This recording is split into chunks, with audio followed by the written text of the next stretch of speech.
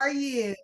Thank you so very much for being here. Hi, Elton. I see you. Okay, you guys, we're at the top of the hour, so we're going to go ahead and get this party started. Again, thank each and every one of you for being here on our special Saturday ILCA overview and public crypto talk. My name is your Queen Connectress, Miss Marnita Casa, and I will be your humble hostess for today. Now, it is my honor to introduce you all to a man that for over 25 years dominated the direct sales industry. His cryptocurrency education has been used by companies and universities worldwide. Now, for over 8 years, he dedicated his life to learning about blockchain technology and cryptocurrency, but he didn't just stop there. He decided to go out and share his information with the masses. And this was done by putting on fun and exciting Bitcoin boot camps nationwide at no cost. He has built thriving communities and wonderful platforms like you see before you now. So without further ado, it is my honor to introduce you all to Mr. Brandon Ivey. All right, all right. Thank you for that introduction, Miss Casa, and for doing all the hard work behind the scenes that you're doing. And without me even having to call you this morning, we haven't even spoke. I knew you was going to be here on time, and I actually want to highlight something because I wanted to give her flowers yesterday on the eight-figure earner, Brother Damon Crump's coffee shop call yesterday when he asked a question that I haven't been asked in a long time, and I had to think about it on the spot. He asked about, how do you handle when people come to you and ask if you can mentor them and teach them? And I operate by something I call the philosophy of performance. I don't want to hear people talk about it. I watch what people do.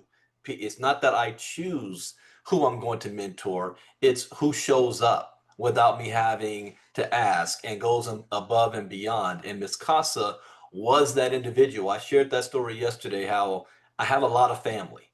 And family always, the most difficult thing is for family to get behind what you're doing. They love you, they want the best for you, but they're the most critical of the things you do and the first ones to shut you down on things you got going on. And even Miss Casa, first thing out of her mouth was, "What are you doing? You scamming people out there with this crypto stuff? What's this all about?"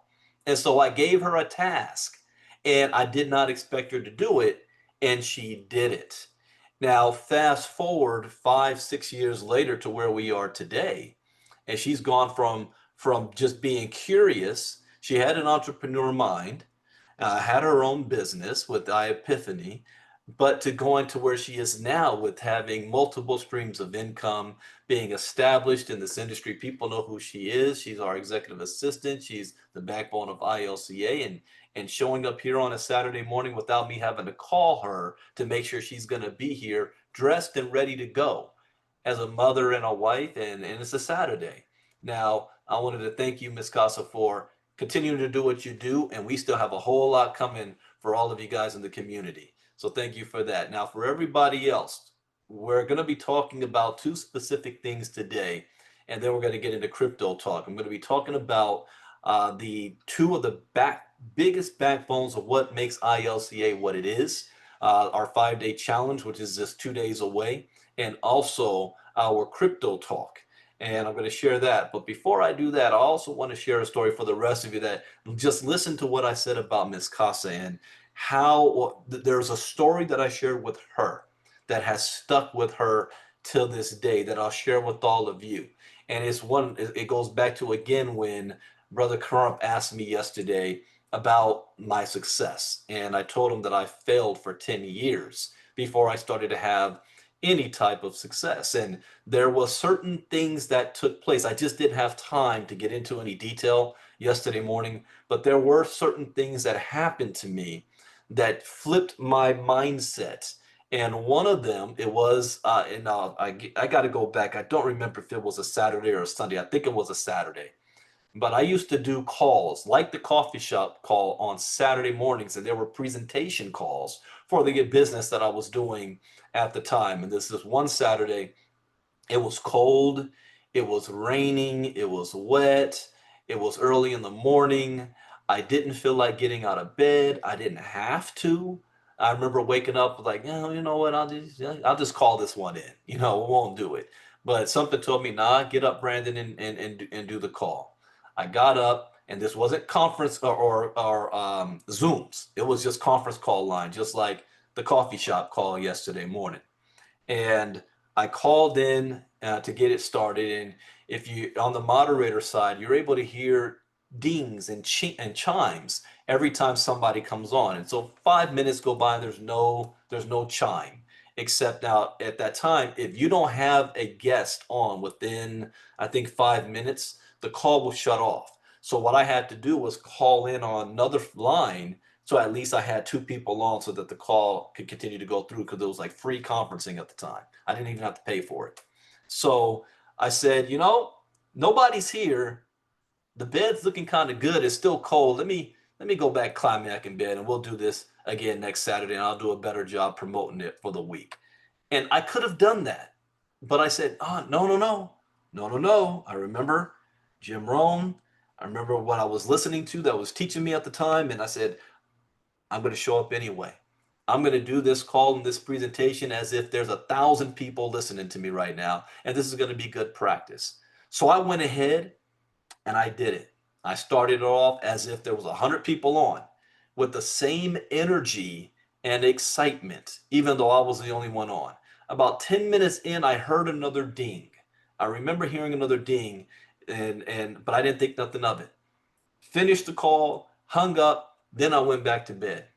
2 days later, it was a Monday afternoon, I get a phone call. I was at work at the time, and I got a phone call right before I got off work. So I didn't have an opportunity to check my business or anything. I always did that in the evening after dinner when I came home from work. And I get a phone call from a guy. He says, Brandon, you don't know me, but I know you. First, I want to apologize for showing up late to your presentation on Saturday. But I'm glad I did. I hope I didn't miss much. I'd love to get that recording if you can.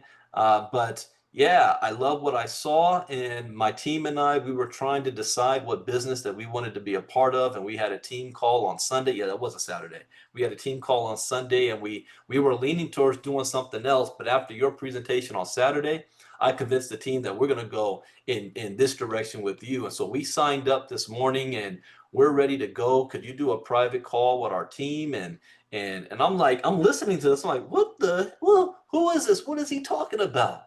What happened? I look at the report. There's like 20, 30 new people that had just signed up and joined, and they're just getting started. And that group blew up my business to get started with. And had I not done that call anyway, had I not said, like Judy just said, the show must go on, had I not did it as if, and that was another thing I would, one of my philosophies, it's not fake it till you make it, is act as if. Had I not acted as if I was in front of a room of 1,000 people, they would have joined the other company and I would have never known about it. I said yesterday about the law of attraction. There's things that happen and opportunities that you may miss that you don't even know that you missed.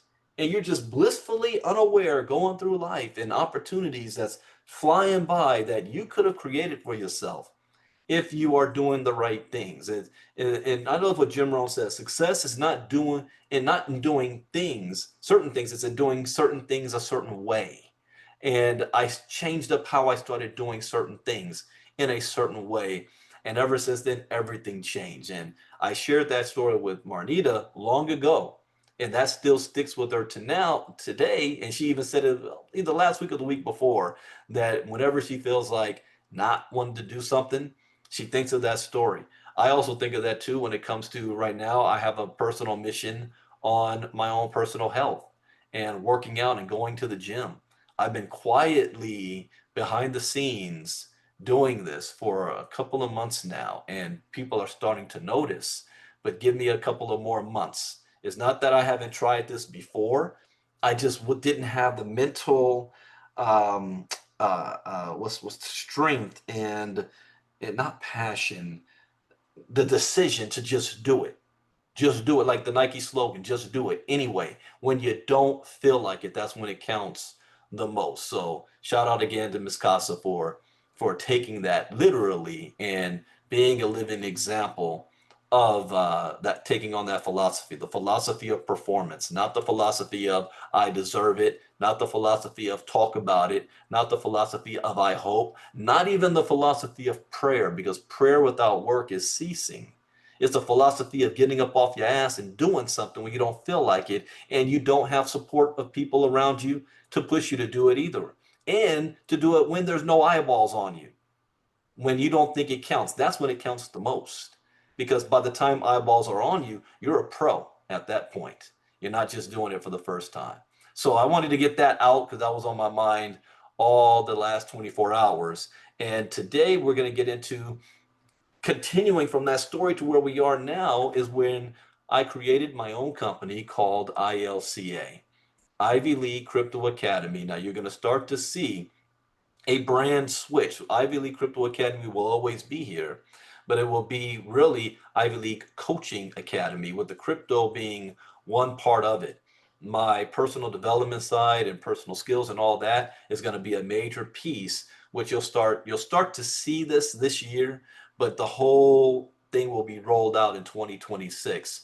What I'm preparing for, and I'm preparing for a huge event here in California around February for this. And I'm going to have a wide range of speakers there. I'm even probably going to have my father there and speak and share his story. And actually, it's going to be a contrast between his story and his success and my story. A couple of years ago, I interviewed him in front of the community, and you guys saw the difference. So we're going to have a big event for that I'm looking forward to. But the two things that, well, the reason why I created ILC is because I love to teach. I love to share, and I learned some information and knowledge that I definitely could not keep to myself, because I know that it's going to change and transform the world. In May 2017, I learned two things that changed my life. The first is that blockchain technology, the technology that Bitcoin is riding on top of, is going to disrupt every single industry on the planet today, whether you like it or not, believe it or not, trust it or not. Your opinion of it is irrelevant. It's happening. The second thing that I learned is that cryptocurrency is the greatest economic shift in wealth in the history of mankind for the most amount of people. What did we just saw an article in Crypto Talk a couple of days ago that said that this technology, this movement, is one of the most transformative technologies over the past 1,000 years. So if this is happening with or without us, we need to be involved. But how can you get involved in something you don't even understand? You don't know what it is. It's just something passing you hear at the water cooler or you hear on TV, and you don't think it has anything to do with your life. That's why I created ILCA, to have a community and a platform to share this information and not just take it for myself, which I could easily do. And there are a lot of people out there that I know that do that. There are Bitcoin and crypto millionaires you don't even know of that don't talk about it. They don't share it. They just learned it themselves. They implement it themselves, and they're living their best lives and their family by themselves. I, on the other hand, have always had that itch to teach and to share. And that if I'm going to eat, I want everybody else to eat as well. Now, I can drag a horse to water, but I cannot make you drink it. But at least I can go to sleep at night knowing that I tried. And I at least did the best I could to get the information out. It's just in my bones to be that way. I don't keep it to myself. So ILCA was created to bring that community together so that you can have an opportunity, have a chance. And that's another thing. I'm a Morehouse man. And one of the things that, we were engraved in, and since my son is now going through his freshman orientation for college, it brought back memories of my freshman orientation. And if you know Morehouse, there's things we don't share publicly. Although social media now, a lot of the things that we do is out there on YouTube that we never spoke of. But one of the things that we always talk about and build on is legacy, and the fact that it is our job to help and teach our people, our community, and by default, everybody else.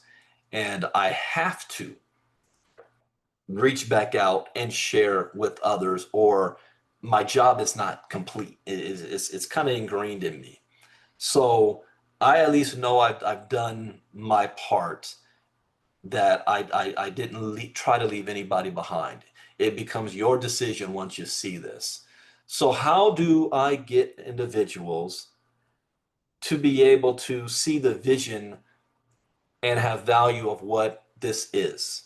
Well, the first thing we started to do was create a Bitcoin boot camp that we used to do around the country on a Saturday at no cost for the community. The very first one we did was in Chicago in the beginning of 2018. Since then, we've done multiple ones in Chicago, also Seattle, also Texas, and multiple cities: Dallas, Houston, Austin, Atlanta, Orlando, Miami, not Daytona Beach, Tampa, Philly, North Carolina, Portland, Vegas, Nevada, Phoenix. I forgot the other city in Arizona we did, and of course California. We've done these all over oh yeah, internationally too, London and Sweden. And then COVID hit, and it stopped our ability to do these for the public. And so the public could come out for one afternoon and just learn to see what this is all about. So what we moved to was said, I think we could reach more people if we do the same concept, but we do it online. So now people don't have to leave the comfort of their home. All they have to do is turn on their computer and hop on Zoom or and register with us. And for 5 days, for 1 hour a night, you're going to get some quality education at no cost about what Bitcoin and crypto is. And I want to emphasize that this is designed for beginners, people who know nothing about Bitcoin and crypto. However, it is still useful for those of you who think you're an expert. I guarantee no matter where you are on the spectrum of this crypto knowledge and educational journey, you will learn something new, a part of our 5-day challenge. You will end our 5-day challenge armed with more information. One, you're informed about what and how important blockchain technology is. You will understand what cryptocurrencies are.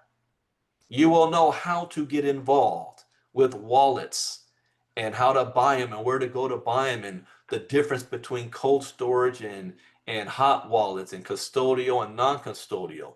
You will be informed about some of the basic things to secure your crypto, to make sure that it remains in your possession and not get stolen. There's an entire industry out there that is built just to steal your crypto from you. The average person in America that gets their crypto stolen loses more than $22,000 in even their life savings. We don't want that to be you. Everybody wants to jump into crypto, make money, but they never learn how to keep it secure. We're going to open that door for you after our 5-day challenge. And then most importantly, what people want is we're going to show you how to make money in this space.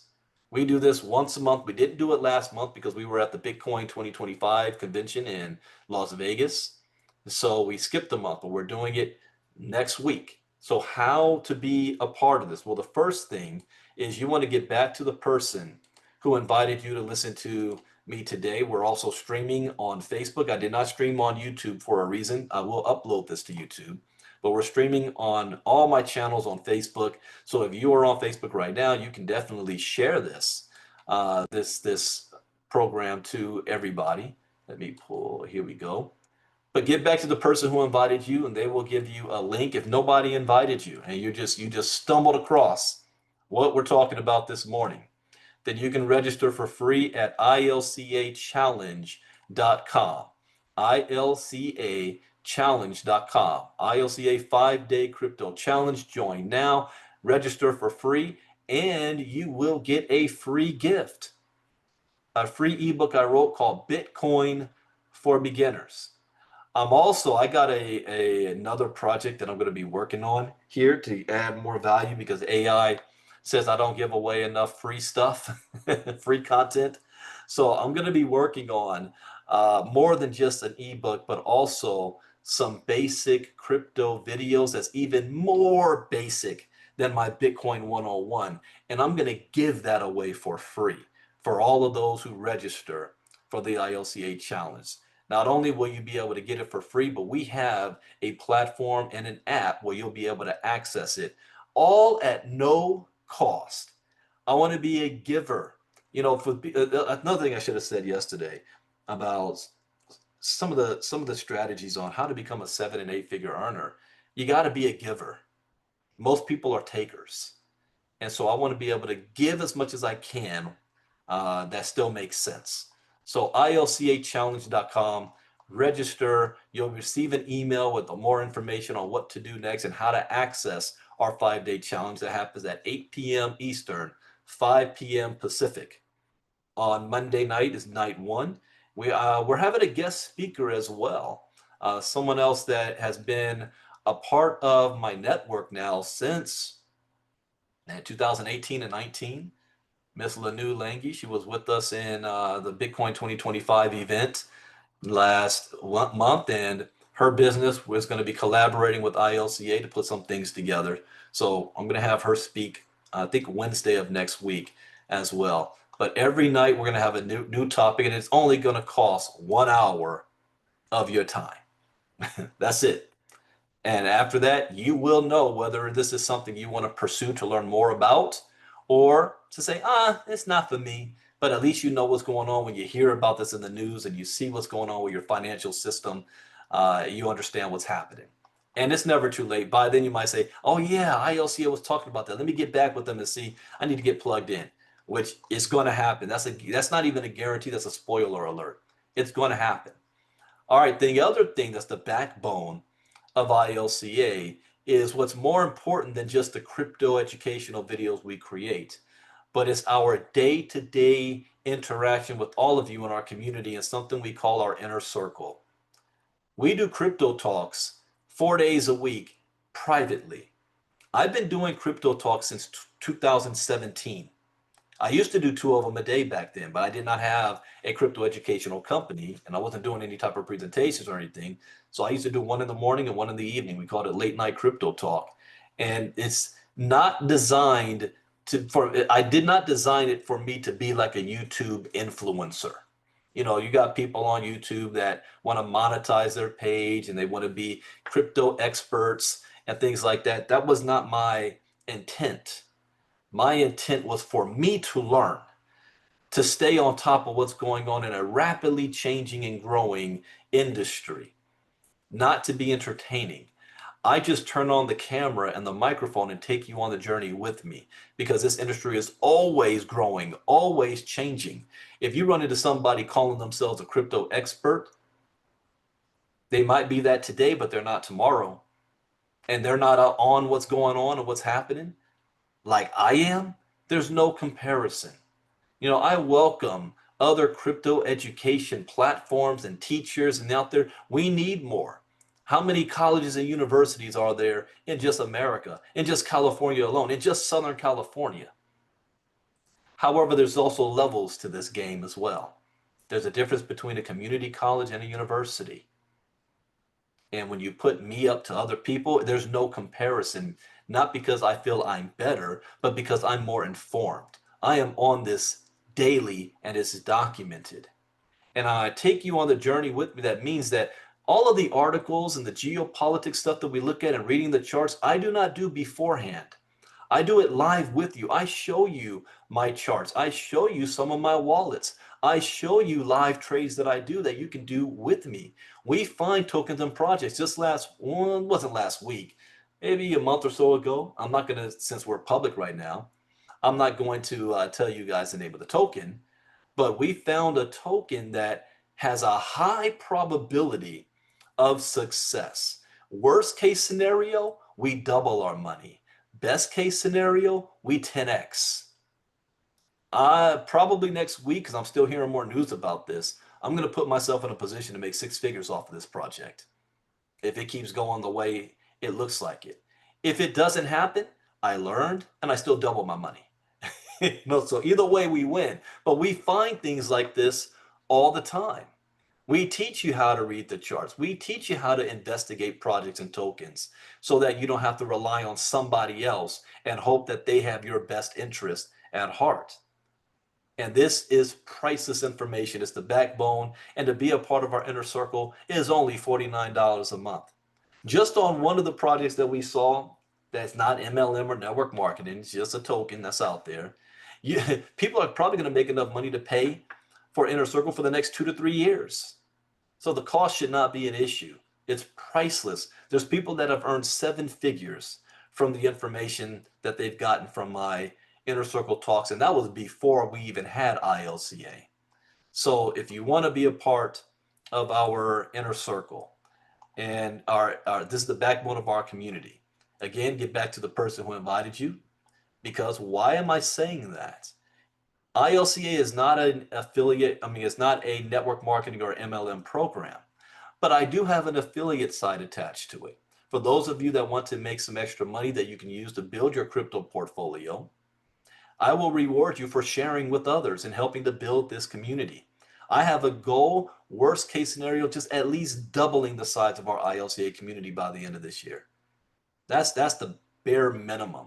And that happens by you guys sharing with others. And the larger our community gets, the more I'll be able to do for our community.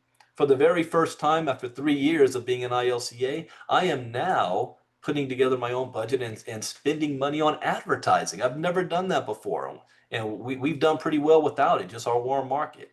But I'm now going to be advertising for our business, which is not only going to help ILCA, but it's also going to help our partners who decided to become a partner with ILCA. And I'm not talking about the partnership program today. I may pull that back up next week as we get ready for our Chicago event. But be a part of our inner circle. $49.97 a month to join. And as you share with others, based on what level of membership you're with us, you'll earn anywhere between 5% to 50% referral commissions for anybody who purchases anything in ILCA, based on whatever level of membership that you have. But the inner circle is priceless. And to prove that, I'm going to give you a sneak peek of what we do in our inner circle this morning. We're going to have our own little crypto talk, and I want to share with you guys how we do what we do. I keep some things out that's really just for our inner circle, but you'll have a good idea on what we do on a daily basis. So saying that, I want to invite all of you guys that's listening, especially on YouTube, not YouTube, but on Facebook, if you're listening for the very first time, to join our community. It's a win-win situation. There's no way to actually lose, especially if you're looking for a way to make some extra money.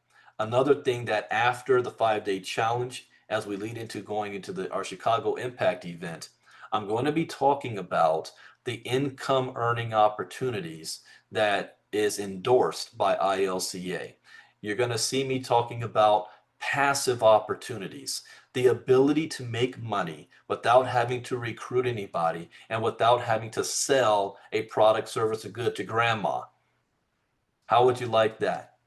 And not only will be introducing opportunities, these are not just fly-by-night things. These are things that I am already involved in and I already have results. One result, $100,000. I should have seen the look on Marnita's face when I showed her that, my account. A second one, oh, I've made well more than 6 figures. A third one, I've doubled my money, more than doubled my money in less than 3 months, in 2.5 months, passive. And then the fourth one, I'm already at $5,000 a month and just getting started. And that was just me getting my feet wet. And I did not have to recruit anybody. I did not have to sell anything. ILCA doesn't even know about it. The only one in ILCA that knows is my assistant Marnita. So I'm not doing anything that hasn't been proven personally. That was another thing I talked about in Brother Crump's call yesterday about leadership. I'm not about talk about it. I be about it. I prove it. I do it. I lead by example first. Now, some of these are very low risk. Some are very high risk. So you have to determine your level of risk factor that you want to take. But if you know how I move with anything, I look at this. Even if it fails by 90%, can I still make a profit? If the answer is yes, I move forward. If the answer is no, I don't touch it.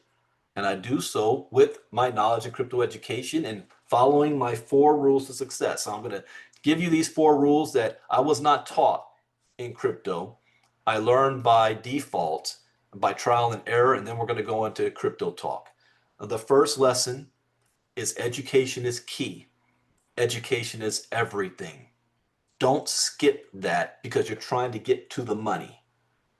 Education is everything. It will allow you to, even if you get caught up in something that turns out to be shady or a scam, you still protect yourself and you don't lose. Number 2, never invest money you cannot afford to lose. Don't be putting your life savings in. And I prove this all the time in Inner Circle. Some of the projects we hop on, we find tokens. You guys see what I do. $50, $100. You know, I can afford to do a whole lot more, but I'm very conservative when I move in this space because I believe most things are going to fail. And that's not because an indictment on crypto, that's business. 90% of businesses fail. People want to point fingers as to why. I don't care about the why. That's a statistic across all boards. 90% of businesses don't make it past their first year, period. ILCA is 3 years old and only getting bigger. Number 3, always get a return on your investments that you do back as fast as possible. Always look at the cost and what is the reward. So that if it does not work, you didn't lose your money. You made your money back. Always do that. And then number 4, where do you see yourself in 3 months, 6 months, a year from now? What are you willing to do to make that happen on your goals? I talked about this yesterday in the call. I said that I had to learn focus on the goal and not the task. Most people never reach their goal because they're focused on what it's going to take that they think it's going to take to get to where they want to go. And they don't even know what their ultimate goal is. Just, I want to make more money. Okay, for what? And I will be doing a series on how to have that proper thinking on if I'm broke and I'm not satisfied where I am right now. I know I want more out of life. I know I want to have a better lifestyle. I know I want to make more money. I just don't know how because I work a 9-to-5 job that I'm not going to get a raise, that even if I got a promotion, it's still not going to be enough. And chances of me winning the lottery is slim. I don't know what to do. I don't know where to start. It took me 10 years to figure that part out. So I'll be doing a series on that. It starts here. And then you will find that everything else becomes easy. My first 10 years, I couldn't build an organization. I couldn't sell a product. I couldn't do, but I felt I was doing everything right. I couldn't figure it out. And then when I figured it out, my biggest problem has not been building a team and being able to sell a product and promote. I'll have success in no matter what you put in front of me. My biggest problem is the partnerships, the people that I'm working with, the CEOs of companies. Can they keep the doors open long enough so I can have enough build my success in? That's been the biggest challenge at this stage. Not can I succeed? That's a guarantee. Will they do some stuff to mess it up? Which they always do. They mess it up, which is why I said, to get to the goals that I want to have, it's never going to be based on me joining somebody else's company. I'm going to have to create my own. It took me 20 years to figure that out. And so 10 years of failure, and then 10 years to figure out I need to build around my own brand and promote my company. And then 7 more years for me to actually execute it and create ILCA. So it wasn't an overnight success. Now, I've been a 7-figure earner for years, but to get to that point was a journey. And I'll be talking about that as part of the whole Ivy League Coaching Academy and how no matter where you are, where you begin, how to begin and how to get started for yourself. And we have a goal in ILCA. My first short-term goal is to help at least 100 people make $2,500 to $5,000 a month without having to recruit, without having to sell a product. And now that I've got these other programs as well, it's not even dependent on just one program. How would you like that? So let's jump on in to our crypto talk. I always start with one, looking at the markets. Oh, Miss Costa has something to say. Go ahead, Miss Costa. Okay, first of all, that was powerful. Okay, thank you so very much. I cannot wait till you start on the personal development. Second, I just want to give a quick shout out to Miss Joyce Easley. Many of you guys don't know, but Miss Joyce Easley is behind the scenes working with me, and she is kicking butt. So, Miss Joyce, thank you for everything that you are doing for this community. Yes, indeed. Okay, I just want to let the community know that there are about 3 people that we will be on a Zoom call with this coming Tuesday. I'm setting the time for about 5 p.m. Eastern Standard Time. And basically, what we're going to be doing is going over a few questions that those of you might have with MoveQuest. We have some people that really don't know how to dock their miners and things of that nature. So we will be doing something on Tuesday, this coming Tuesday, 5 p.m. Eastern. Now, I'm also sending a call to action to those of you who are versed in MoveQuest. I'm not very versed, you guys, but it would be nice if we had some people there like Miss Catherine Clement. I'm just going to throw that out there. Maybe even Rita B. I'll just go, thank you. Okay, so if you are willing to help out others, please send me a private message. I see you, CJ. Send me a private message. Thank you, guys. So again, Tuesday, 5 p.m. Eastern, let's get it on. That was it. Thank you, Mr. Ivy. All right, all right. I love that. Thank you, Miss Casa. And yes, Joyce is a godsend from behind the scenes as well. And as you guys see ILCA grow, we will also be growing our team. So be on the look at that. In fact, we already hired a marketing team that's working behind the scenes too. That you guys are just about to see. You see Marnita smiling about that. There's a whole lot going on with that. So with crypto talk, the first thing we do, we got to see what's going on in the traditional markets as well, because that impacts the crypto space. So right now, based on what's everything that's going on in the world, we got the Dow ended on Friday is up 35 points, S&P slightly down, Nasdaq is slightly down. Everyone is just sitting and waiting to see what the biggest thing is. What will Donald Trump do when it comes to Iran? Will we get involved? Will we not? How much will we get involved? Will Iran attack the U.S. forces in bases in the area? So Donald Trump put a 2-week pause on anything. He says, I'll let you guys know in 2 weeks. So the markets is kind of jittery with that and to see which direction it's going to go. Europe is slightly down on the FTSE, but up everywhere else. Asia, a little bit of mix. Now let's look at the crypto market as of today. Let's see, we've got, oh yeah, so on the news of this, we've got crypto sliding down 4.3%. Now this is Saturday and public, so I'm going to go week to week instead of day to day. So how has this moved since last week? Bitcoin dominance is now, wow, you guys see this inner circle? It's above 61%. So altcoins are taking a bigger hit. Bitcoin's at 62%. Ethereum dropped. Ethereum was over 9% last time I looked at this. Now it's at 8.84%. So, we teach how to read this chart as well. So if you see these numbers for the very first time, you're like, what in the world is all this? What's going on? It's like Greek, different language. So Bitcoin is at 103,000. This is the lowest it's been in maybe a few weeks. Ethereum has dropped to 2,400, down 3.4%, but let's go week to week. So Bitcoin is down 1.4% on the week. Ethereum's down 4.4. Ripple's down 2.4. Ooh, I'm keeping an eye on this because that Ripple case is about to end. And so it might be a good time to buy the dip. BNB is down 1.8. Solana's 3.9. Doge dropped by 10.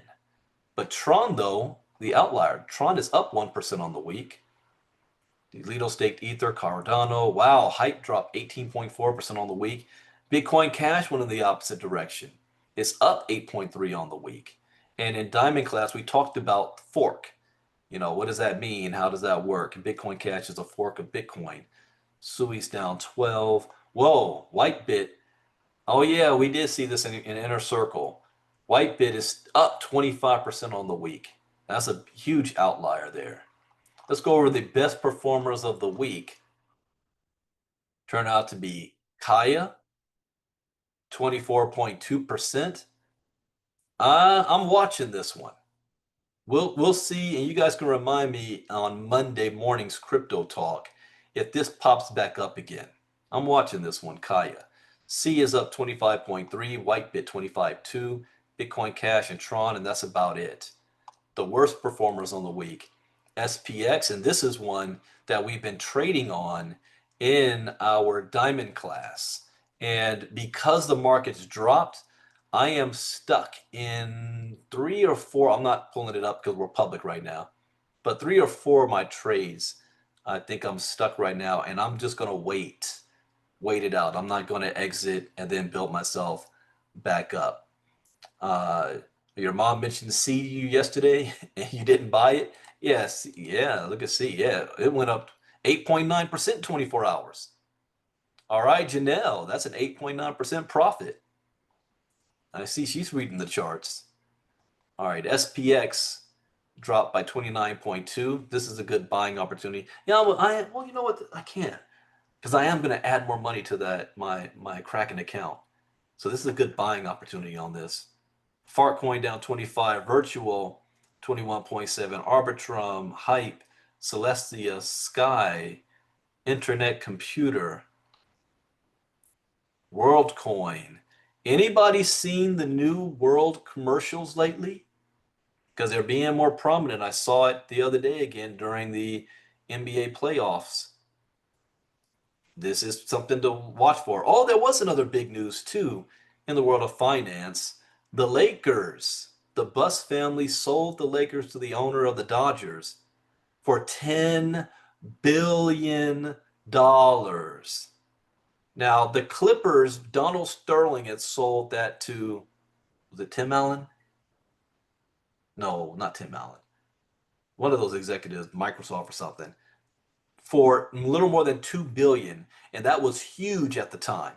The Clippers, the cursed Clippers for $2 billion, and then the Celtics were sold for $6 billion. That was the next highest, and now the Lakers, $10 billion.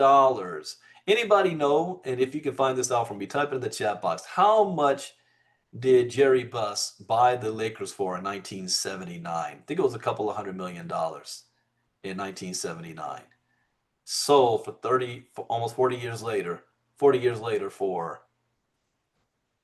$10 billion. I wonder if they're going to keep the contract with, well, they have to, with Staples Center. Well, that was crypto.com. They're going to keep it crypto.com arena. All right, Quant, Pepe, Aave, Pi Network, Ethena. Trump's down 13.1%. What? He bought the Lakers for $67.5 million in 1979. Do you think that's a good investment legacy for his family? And they sold it for $10 billion? That one move. See, this is why I'm all in crypto. All it takes is for one person in your family to do something extraordinary and change the family tree. He bought the organization for $67.5 million in 1979. Do you think any Buss family member is going to go broke in the next 100, 200 years? Because that family now has $10 billion. And how many more investments have they gone into on the years with that money? Insane. It only takes one in your family. It might as well be you. Optimism, Polkadot, Casper, HBAR, Bittensoar, Bonk, Avalanche, Flare, Doge. All right. So we'll see how this looks on Monday. But those of you in the Diamond class, we've talked about how to trade Bitcoin and crypto. Might see a good time to buying the dip. What is MoveQuest doing this morning? Wow, this is down 2.3%, $7.59. Now, on the news of last week was an update about the future of MoveQuest and some of the partnerships, the goal was to take that information and ride a wave for higher. So from my observation, I don't see a bump from that information. Slightly here, slightly, but I don't see any momentum that was gained from that new information. And I'm going to be watching over the next few weeks to see what happens based on the direction that the people behind MoveQuest decided to move into.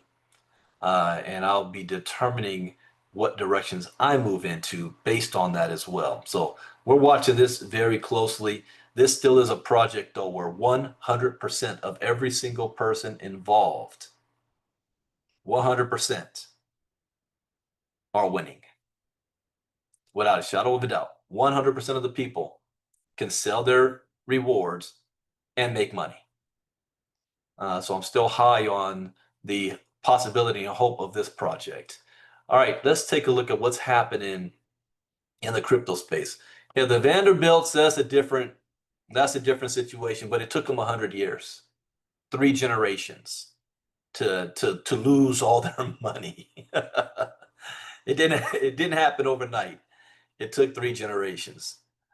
All right, Trump family cuts stake in World Liberty Financial. So looks like the heat has gotten on them to say, hey, Trump, you're profiting from being president on your own company that you launched with the token 2 days before you got sworn into office. So Donald Trump's family business has quietly reduced its stake in World Liberty Financial from 60 to 40%, signaling a partial cash out after the venture's $550 million token sales surge. Trump's World Liberty stake drops to 40% amid crypto windfall. The Trump family has discreetly okay, now here's the thing though. Did they reduce the stake to get away from any criticism, or were they selling for a profit? I don't know.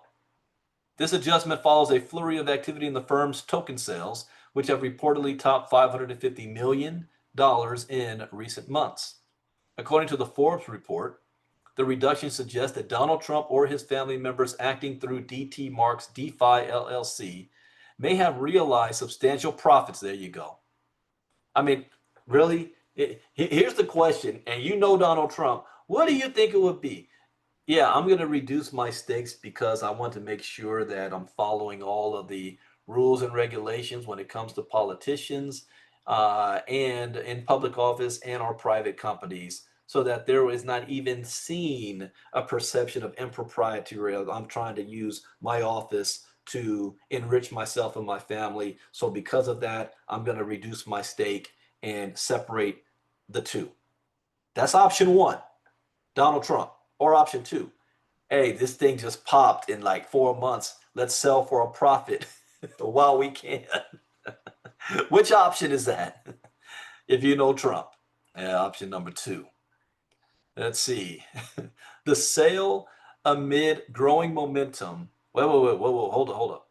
If World Liberty were valued similarly to stablecoin giant Circle, which recently went public with a market cap pushing $1.7 billion, Trump's divestment could have netted the family an estimated 190 million. So that he may not be confident that this World Liberty Financial is going to really succeed. So he's cashing out. The sale comes amid growing momentum in crypto regulation. The U.S. Senate passage of stablecoin oversight rules has fueled market optimism, sending shares of public players like Circle soaring. Despite the sizable financial maneuver, details remain scarce, with the strategic reduction reflecting the family's intent to lock in gains. So they're doing my rule number 3. Get a profit as fast as possible.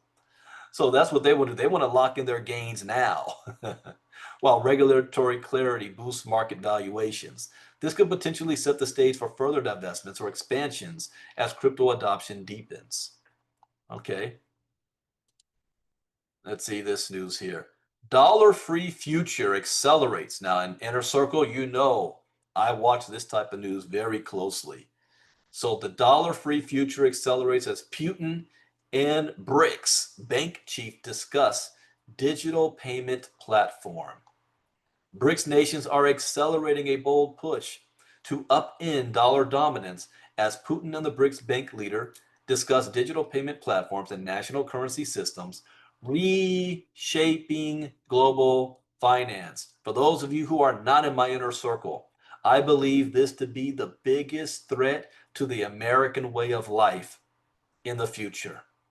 This could be the end to the American dominance, which is why we need to know what's going on.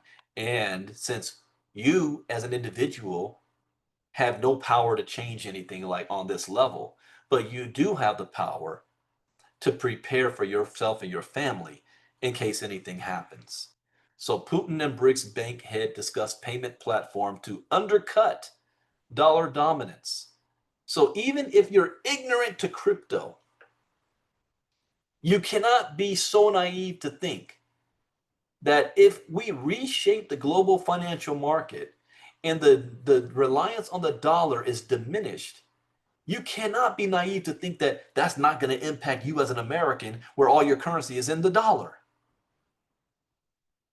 That's just that's irresponsible to ignore that. And your family will pay for that ignorance. As global economic blocs accelerate de-dollarization efforts to seek to reduce dependence on the US dollar, BRICS nations are intensifying efforts to establish independent payment and investment net frameworks. Reflecting this trend, Russian President Vladimir Putin met with the head of the BRICS New Development Bank, Dilma Rousseff, on June 18th during the St. Petersburg International Economic Forum, where he addressed the ongoing collaboration on a BRICS digital payment and investment platform. During their discussions, Putin emphasized the importance of enhancing financial cooperation among BRICS nations through the expansion of national currency payment systems and the development of a unified digital platform. The Russian leader stated, "Certainly, there are issues requiring particular attention. I mean the expansion of opportunities for payments in national currencies and further joint efforts to create the digital platform of payments and investments. We also talked about that in detail at the latest summit of BRICS leaders. The most recent BRICS leaders summit took place in 2024 in Kazan, Russia." He added, "I strongly expect that we will work jointly in these areas." Let me ask you guys this question, especially if you're not in the inner circle. Did you know? Well, I'll ask this, and if you're on Facebook or in the Zoom with us, type in the chat box the answer to this question. What is the best performing currency in the world right now? From all the nations, which currency? I'm not talking about crypto. Not crypto. Which national currency is outperforming the dollar? Who knows the answer? Type it in the chat box. I see it on the Zoom. Anybody on Facebook? Do you know this? If you do not, you are really out of circulation. What's going on right now? Something to pay attention to. Most of you got it right. The ruble. And you have to ask yourself this question.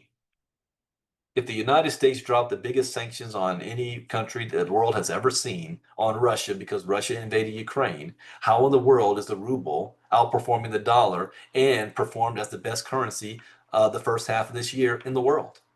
How is that possible? Because they've been planning for this for a decade. Even before I got into crypto, I remember what Vladimir Putin said in a quote that I'm not going to say today. I'll say that for Inner Circle.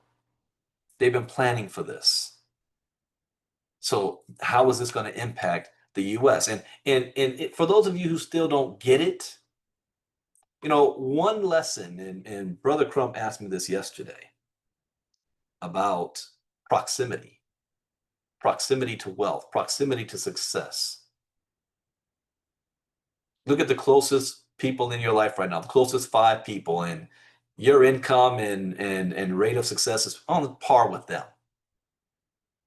You hang around with wealthy people. You do what wealthy people do. You follow what they're doing, what's going on. So if you don't understand what's going on, look at what are the wealthy people doing right now. Inner circle, you guys know what the banks are doing. Every single major bank is preparing not for the CBDC, but you guys tell me in the chat box, what are they all preparing for? What are they all trying to launch? Stable coins. You're right. What are all the big businesses? The latest trend is they're creating a reserve currency. What currency are they all trying to amass right now? Type that in the chat box. That's right. Bitcoin. So if you're on the sidelines, not paying attention to anything that's going on in the world, all you have to do is follow the money. It's the river of money. I'll be talking about that in detail in Chicago. You don't want to miss that. I have not given a live river of money talk since this is 2020. I think 2021. Yeah, it was in Houston. And even then, that was a watered down version. I was only like, they only gave me like 12 minutes to speak. So I'm looking forward to this one. I'm much better in front of a room than I am on a Zoom. So follow what these people are doing. This is the biggest threat. Indeed, 120 projects worth 39 billion were approved and financed lately, outside of the dollar. The BRICS nations are actively pursuing strategies to reduce their reliance on the US dollar for international trade and financial settlements. Currently, Brazil, Russia, India, China, South Africa, Egypt, Ethiopia, Iran, the United Arab Emirates, Saudi Arabia, and Indonesia are BRICS members. Do you know what the total population of just naming those countries is? That's more than half the world's population. This de-dollarization effort is driven by a desire for greater financial sovereignty to mitigate exposure to U.S. economic policies and sanctions and to foster a more multipolar global financial system. Now, talk about a perfect storm. United States has been on top for 8 decades since World War II. And we have had a policy for 8 decades of multinationalism. The League of well, after the League of Nations, NATO, the United Nations, even with the European Union, with a united front of multiple nations being led by the United States until now. So while the rest of the world is saying, we want to create our own bloc, we want to get away from US influence, it's at the same time as current US policy says, we don't want to be the world leader no more. It's America first. All of y'all allies, you're on your own. And not only are you on your own, you owe us money. Pay up. Tariffs. So it's like a double-edged sword. Not only is half the world trying to move away from us, we are moving away from the other half. So this is only going to be sped up. This does not matter what you personally believe. Some of you are for that. Some of you are against that. Both is irrelevant. This is what's happening right now. And you have to know how to maneuver in this environment. Not based on, man, I don't want it to be that way, or, man, I'm loving this. No. You need to move on based on the reality and what are you going to do? How are you preparing for this? This has never happened in our lifetime, so you don't have anything to point to say, I believe this is going to work because of this, or I don't believe this is going to work because of this. We've never experienced this before. So while a common BRICS currency has been discussed, the primary focus currently remains on strengthening bilateral and intra-block trade. So while they're getting stronger as allies, we are getting weaker. Just look at what happened at the G7 summit. Let's look at what the current policy is. This collective push aims to gradually reshape global finance. So who has been on top of, let me ask the obvious. Who has been on top of global finance for the last 80 years? What country and what currency? Type it in the chat box. So our current way of life, where we are right now, everything we have right now, based on the last 80 years of global finance, was built around the United States and the US dollar. If half the world is aiming to reshape this global finance, then do you believe that the current order, our current way of life, is going to stay the same, or will it be impacted? Again, this is a no-brainer question. I never ask a question I don't know the answer to. I just want to make sure that question is in your head so that you can think, maybe things are going to change. Whether I like it or not, things are about to change. So then if you know things are going to change, then we have to be able to predict what is going to be the impact of that change. And am I prepared for it, whether good or bad? The way I look at it is irrelevant whether it's good or bad. Am I prepared for it, period? A change is going to happen because we don't have any say-so in this. This is what they're doing. It's inevitable, as Agent Smith would say from Matrix. Visa, all money-moving institutions will need stablecoin strategy this year. Really? How many of you have a Visa card of any type? Type 1 in the chat box. How many people have a Visa card? A whole bunch of Americans have a Visa card. The world does. Just look at this headline. All, not some, not just one segment, not a pilot program. All money moving institutions. Not we recommend, not should, but will need stablecoin strategy. Not next year, not in 5 years, not in a decade. This year.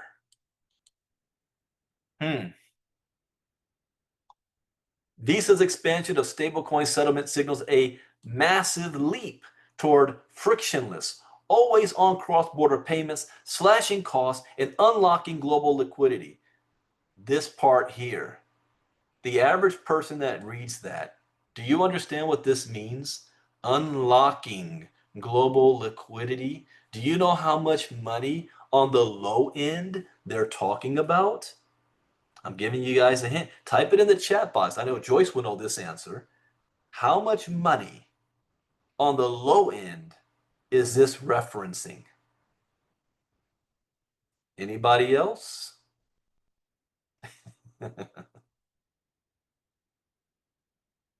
That's right, $867 trillion that's going to be unlocked.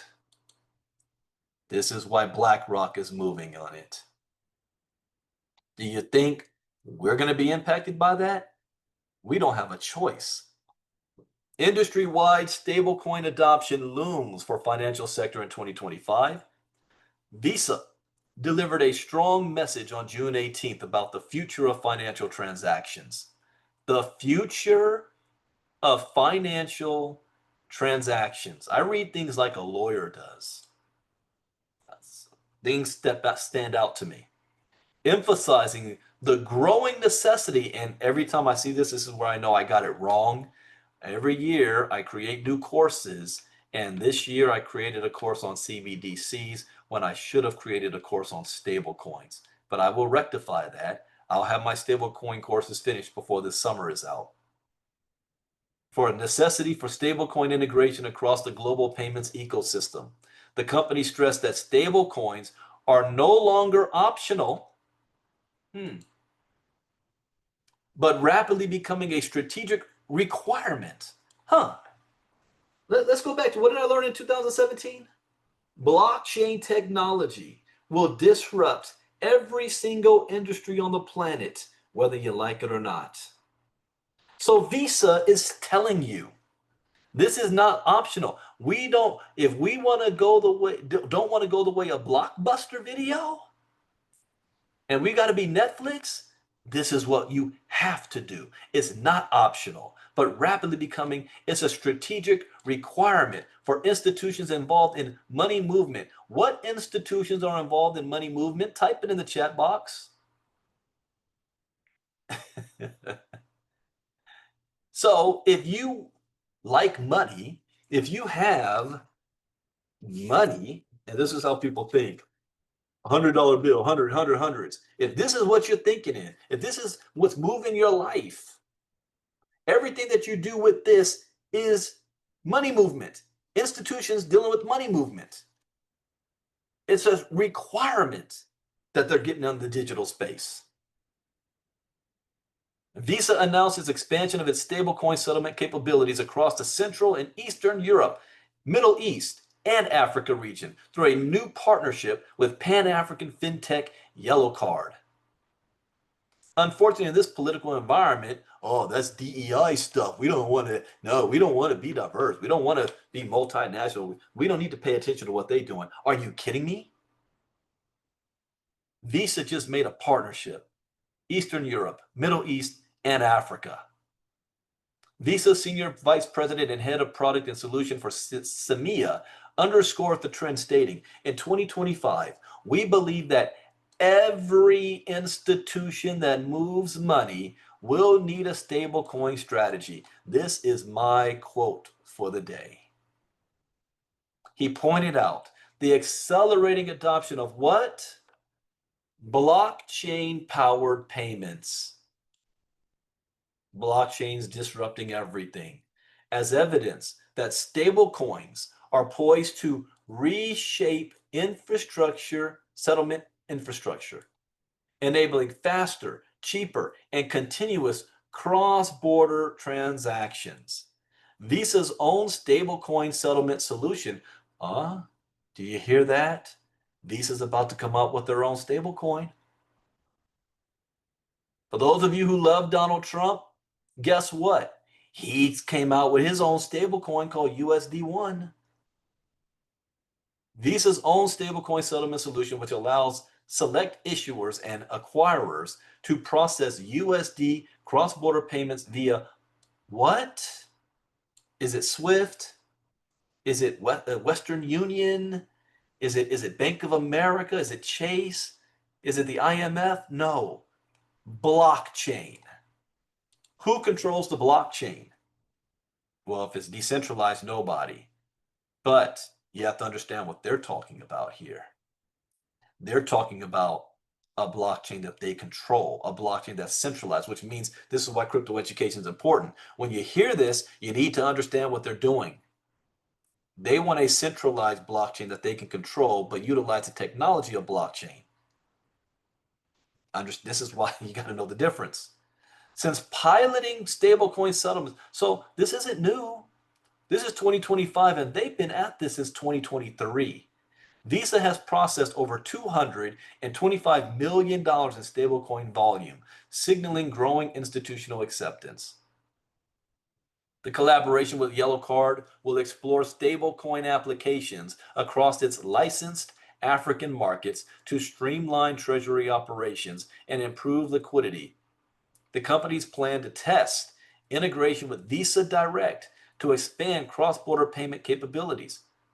Together with Visa, we're building a bridge between traditional finance and the future of money movement. We look forward to continuing to innovate new solutions that can transform how money moves for even more secure, efficient, and transparent payment solutions. Proponents argue that despite regulatory uncertainties, stablecoins have the potential to democratize access to financial services, reduce fees, and increase efficiency, especially in underserved regions. Mm, I'm saving that article, and I will put this in the chat box that you guys can use. All right, here we go again. De-dollarization hits critical mass. So if you guys think we're kicking the can down the curb, we ain't got to worry about it till the next decade. No, this is critical mass with Russia, Belarus, near complete currency transition. What? De-dollarization. Remember, I have not read this article.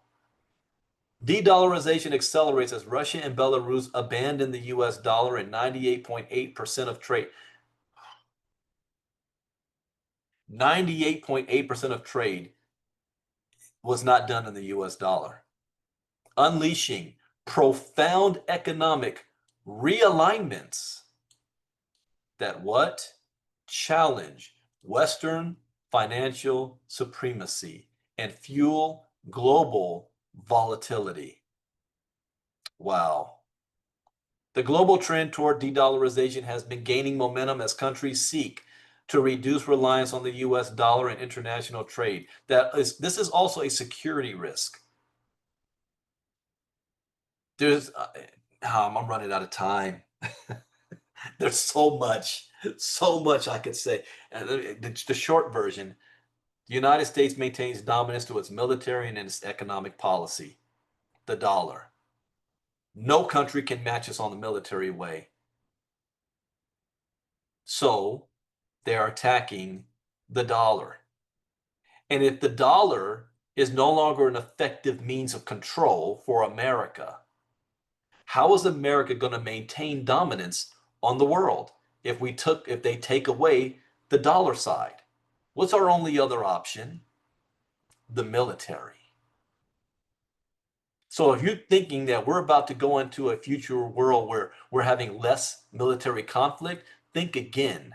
It is about to be ramped up tenfold. You think the US has been involved in skirmishes for the last 25, 30 years? You haven't seen nothing yet, because now these countries are going to be able to challenge us. And they will challenge us in ways they never thought of doing before. Because they're going to be, the US is stretched thin, and their current policy is US first. They don't want to get involved in nothing. Why did Israel attack Iran? They're trying to pull us into something. We are increasing the share of mutual payments in national currencies. Their data, it totaled 98.8% in the first quarter in 2025. In other words, it can be said that we have completely shifted to mutual payments in national currencies. And I already know all this stuff. These articles is just verifying and supporting what I've been saying for years already. So none of this is a shock or a surprise to me. I'm more interested on how this is going to play out. I already know what the end result's going to be. So these articles let me know how this is playing out. And unfortunately, I think something, I don't want to say bad or terrible, something grand is going to happen this summer. I feel it in my bones. August is really pulling at me. But something grand. This is going to be a hot summer. And I don't mean hot in the terms of weather. We are increasing the share of mutual payments in currencies, totaling 98.8% just in the first quarter of this year. In other words, it can be said that we have completely shifted to mutual payments in national currencies. The Russian official also highlighted the significant expansion of bilateral trade between Russia and Belarus. So many people can try to understand, out of Donald Trump putting sanctions on everybody, there's one nation he did not. I'm not sanctions, I mean tariffs. Russia. I mean, he put tariffs on sea lions, but not Russia. During a roundtable discussion at the SPIEF, he stated, "Our countries are showing strong growth in mutual trade. Over the past 5 years, we have increased our trade turnover from 35 billion to nearly 51 billion. And this is just in the first quarter of 2025. We also recorded a 3% increase compared to the previous year. And this is a trend. It's only going to get bigger. Some analysts argue that this de-dollarization strategy could insulate both countries from external financial disruptions and provide greater monetary sovereignty. Others caution that it may limit their access to global financial markets. Nope, not if they're all working together. And complicate international trade outside their immediate partnerships. They already said it. China said it I just saw Xi Jinping say, the world does not need America. He said that Thursday. The world does not need America.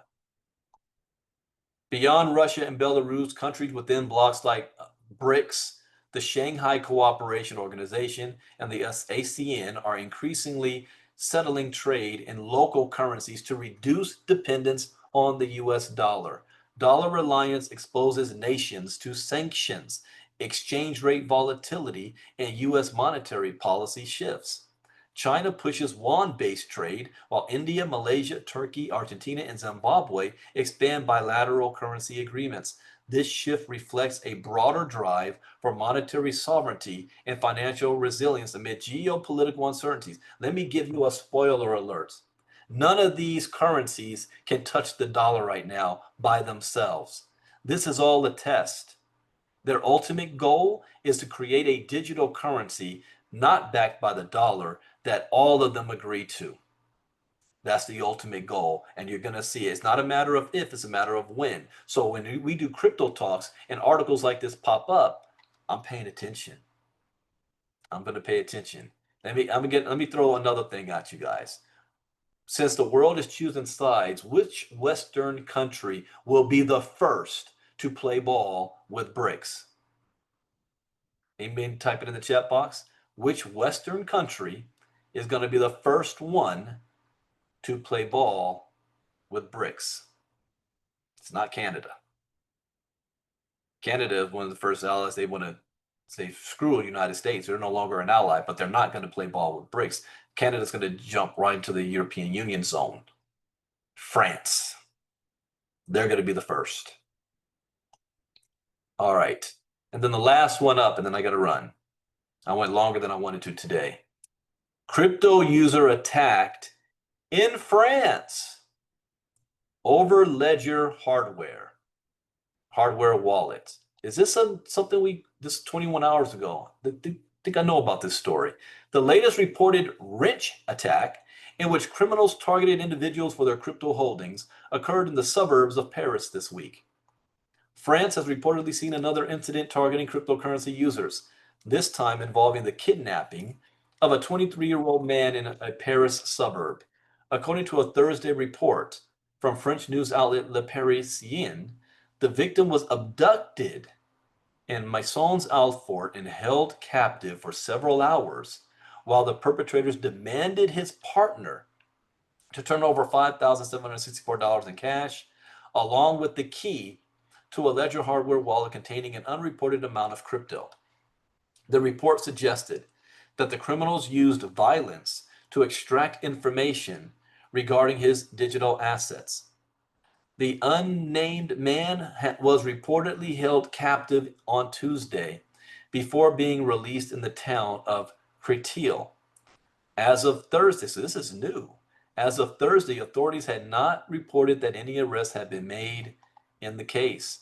The alleged kidnapping and ransom incident was the latest in a series of crimes involving individuals targeting people for their crypto holdings, with some cases reportedly involving torture for access to seed phrases or keys.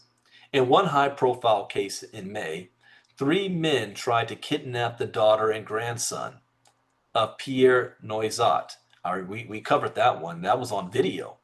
The co-founder and CEO of crypto exchange Paymium. Worldwide problem for crypto holders. The cases, sometimes referred to as wrench attacks, are not limited to France.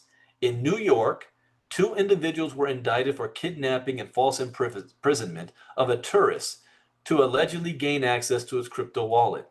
News outlets in India, Hong Kong, the Philippines, and Spain have released similar stories involving the kidnapping and ransom of crypto holders in the last 5 years. Jameson Lopp, an early Bitcoin adopter, cypherpunk, and co-founder of BTC company Casa, reported 232 physical attacks on crypto holders in the last 11 years. Hal Finney, a computer scientist and the recipient of the first ever BTC he died. Someone thought he was Satoshi, was swatted, had a SWAT team sent to his home in 2014 after individuals threatened to expose his personal information. I do not remember that happening. Well, I wasn't in crypto then, but I don't remember seeing that later on. Hal Finney. Ooh, this gives me a chance to show something off. So those of you who decide to join our community, let me show you something. Let's go to our members portal, which is also an app for those of you that want to access our crypto.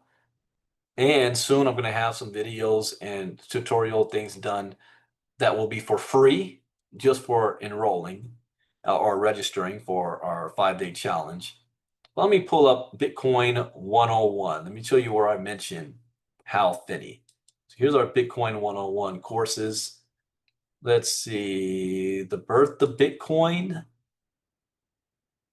Satoshi Nakamoto. The birth of Bitcoin. Over the course of the next one, when Nakamoto announced on There we go. Hal Finney. Among Bitcoin's earliest enthusiasts was Hal Finney, a console game developer and an early member of the cypherpunk movement, who the software's discovered Nakamoto's proposal for Bitcoin through the cryptocurrency mailing list. In a blog post from 2013, Finney says he was fascinated by the idea of a decentralized online currency. When Nakamoto announced the software's release, Finney offered to mine the first coins, 10 original Bitcoins from Block 70, which Satoshi sent over as release a test. Was dealing with a young Of his interaction with Nakamoto, Finney says, I thought I was dealing with a young man of Japanese ancestry who was very smart and sincere. I've had the good fortune to know many brilliant people over the course of my life, so I recognize the signs. Finney flatly denied that he was the inventor of Bitcoin, always maintained his involvement in the crypto was only ever secondary. Yeah, he died in 2014, so that article about him possibly getting kidnapped, Finney died of neurodegenerative disease ALS. In one of his final posts on a Bitcoin forum, he said, Satoshi Nakamoto's true identity still remained a mystery to him.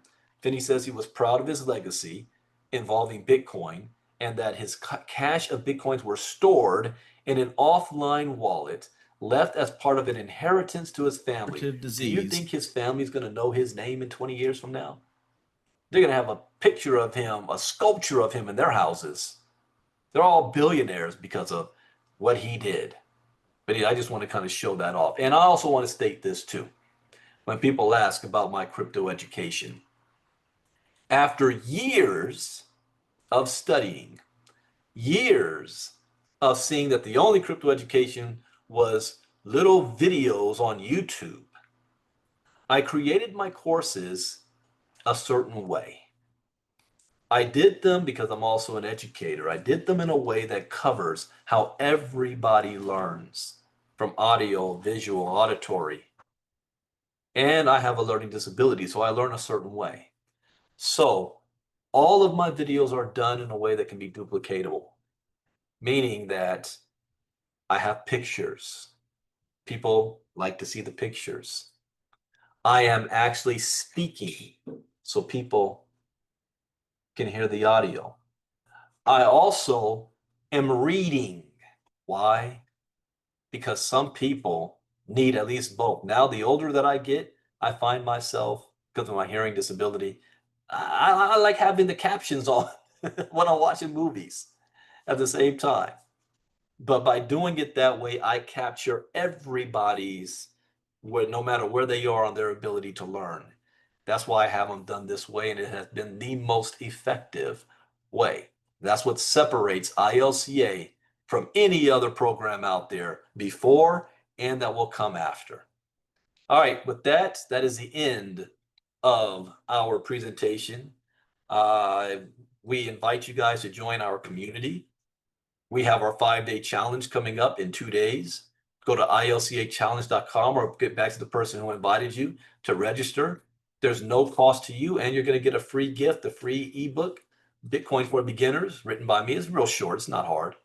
Soon we're going to be having videos that's going to come with that as well for everybody. And we're going to have some fun this week because there's a lot of new information that is out in the news that I can incorporate to these topics. And these are topics that we've done for 3 years now. But one thing I can guarantee is no 5-day challenge has been identical. Even though it might be the same topics, the information always hits you differently. And that's what we're all about. So with that, thank all of you guys for being a part of our community and helping to contribute. You definitely want to join our inner circle. The next crypto talk I do will be on Monday, and you're missing out if you're not in the inner circle. You're missing out big time. So we invite you to join the inner circle, and let's see what this new week brings for all of us in the crypto space. With that, my name is Brandon Ivey, founder and CEO of ILCA, and we will see you all on Monday. Take care. Bye-bye.